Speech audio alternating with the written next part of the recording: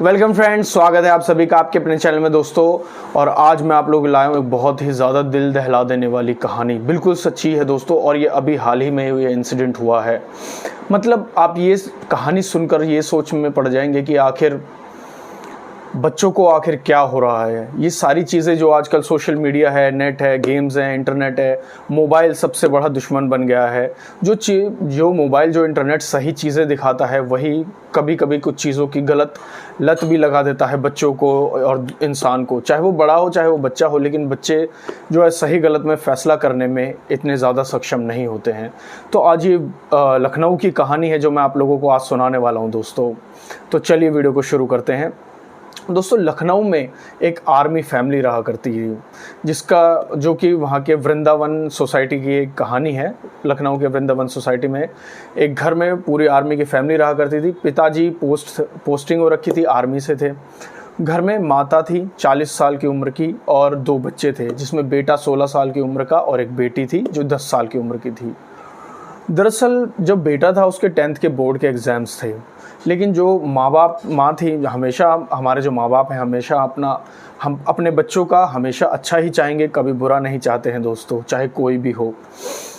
तो माँ जो है हमेशा बच्चे को डांटती थी कि तुम इंटरनेट पर क्यों लगे रहते हो, इंस्टाग्राम ज़्यादा क्यों चलाते हो, पबजी क्यों खेलते रहते हो ज़्यादा, ये वीडियो गेम्स क्यों खेलते रहते हो, और भी सारी चीज़ों के लिए, क्योंकि वो चाहती थी कि वो पढ़ लिख कर एक अच्छा इंसान बने और अच्छे अपने फ्यूचर को सिक्योर कर सके। लेकिन एक दिन क्या होता है दोस्तों कि एक उस माँ ने जो अपने घर में पैसे रखे हुए थे 10,000 रुपये, तो वो मिल नहीं रहे होते हैं। तो वो जो 16 साल का बच्चा था, उसने पहले भी छोटी मोटी चोरियाँ की थी। तो माँ को लगता है कि बच्चे ने ही पैसे चुराए हैं, तो वो अपने बेटे से पूछती है और मतलब पूछताछ करती है, शायद डांट भी देती है, मार भी देती हैं अपने बच्चे को।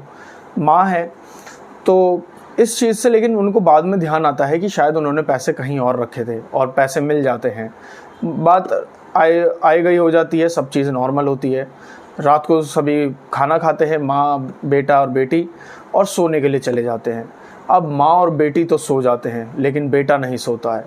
उसके दिमाग में यही चल रहा होता है कि मेरी माँ मेरे साथ गलत कर रही है। मतलब उस बच्चे को ये लगता है कि मेरी माँ मेरी आज़ादी छीन रही है, हर चीज़ में रोक टोक करती है, सारी चीज़ों में मुझे मतलब ना खेलने देती है, ना पढ़ने, मतलब ना ही वीडियो गेम्स, ना इंटरनेट, और अब चोरी का भी इल्ज़ाम मुझ पर लगाना शुरू कर दिया है इतनी बड़ी।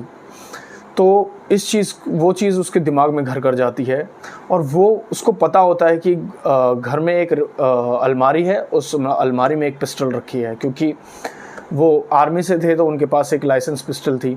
वो बच्चा उस पिस्टल को निकालता है, अपने माँ के करीब आता है बिल्कुल, और बिल्कुल करीब से वो अपनी माँ पर गोली चला देता है। और जैसे ही वो गोली चलाता है तो आसपास में भी फैलती है आवाज़, गोली की आवाज़ जाती है। उससे उसकी बेटी, जो उसकी बहन थी, वो उठ जाती है और वो देखती है कि भाई के हाथ में गन है और माँ के सर से खून निकल रहा है, और वो घबरा जाती है ये सब चीज़ देखकर। तो वो उसको धमकी देता है कि तू चुप रहेगी तो तू बची रहेगी, वरना तुझे भी मैं जान से मार दूँगा। बच्ची घबरा जाती है, 10 साल की बच्ची थी छोटी। वो उसको लेकर बिल्कुल आराम से दूसरे कमरे में जाता है, अपनी बहन को बेड पर लेटाता है और ख़ुद भी कमरा बंद कर आराम से सो जाता है। फिर अगले दिन उठता है, उस संडे था, अगले दिन संडे, वो हर डेली क्रिकेट खेलने जाता था। वो क्रिकेट खेलने चला जाता है, नॉर्मली आता है वहाँ से।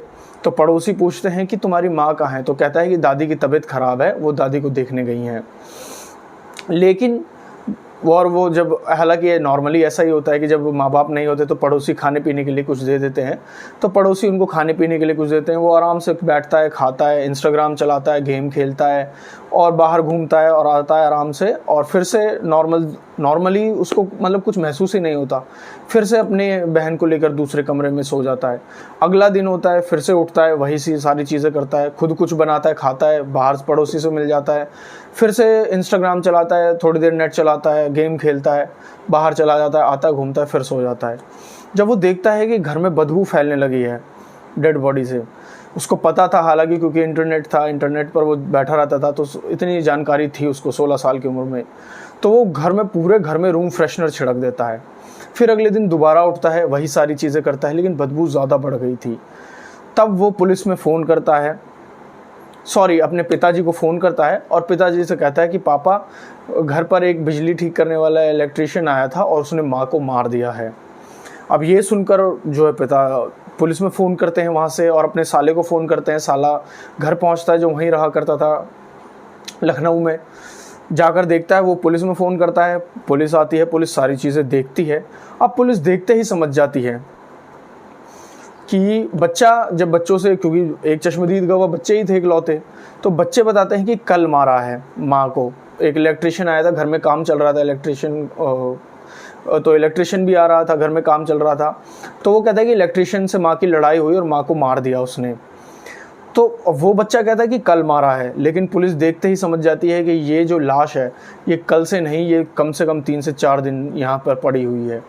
लेकिन उन्हें ये समझ नहीं आता है कि आखिर बच्चे झूठ बोल रहे हैं या फिर क्या चीज़ है। तो वो सारी चीज़ें पूछते हैं, पड़ोसियों से पूछते हैं। पड़ोसी कहते हैं कि हम भी बच्चों से पूछ रहे थे लगातार 3-4 दिन से कि तुम्हारी माँ कहाँ है। तो बच्चे कह रहे थे कि वो दादी की तबीयत ख़राब है, दादी को देखने गई हैं। तो अब पुलिस को शक होता है, जब वो पुलिस पता करती है तो पता चलता है कि दादी की कोई तबीयत ख़राब नहीं है और माँ वहाँ पर भी नहीं गई थी उनकी। तो अब पुलिस को पूरा शक हो जाता है। तो वो बच्ची जो थी 10 साल की, वो देखता है कि बच्ची सहमी सी है। तो पुलिस वाले को थोड़ा वो था, एक्सपीरियंस था इस चीज़ का, तो वो जाकर बड़े प्यार से बच्ची से पूछता है, उसको अपने कॉन्फिडेंस में लेता है और उससे बातचीत करता है। तब बच्ची बताती है कि मेरी माँ को मेरे भाई ने ही मारा है। जब ये सुनती है पुलिस, तो पुलिस के पैरों तले ज़मीन खिसक जाती है, क्योंकि एक 16 साल का बच्चा अपनी माँ को, और वो भी गोली से मार सकता है, कोई सोच भी नहीं सकता दोस्तों। जब ये चीज़ पता चलती है तो फिर पुलिस उस लड़के को उठाती है और उस लड़के से पूछताछ करती है। तब वो बच्चा बताता है कि मुझे मेरी माँ पर बहुत ज़्यादा गुस्सा आ रहा था, क्योंकि वो मुझे हर चीज़ से रोक टोक किया करती थी, हर चीज़ के लिए रोका करती थी, सारी चीज़ें, मतलब ये नहीं करना वो नहीं करना, सिर्फ पढ़ाई करो पढ़ाई करो पढ़ाई करो, और मुझे ये सारी चीज़ें अच्छी नहीं लगती थी, इसलिए मैंने अपनी माँ को मार दिया।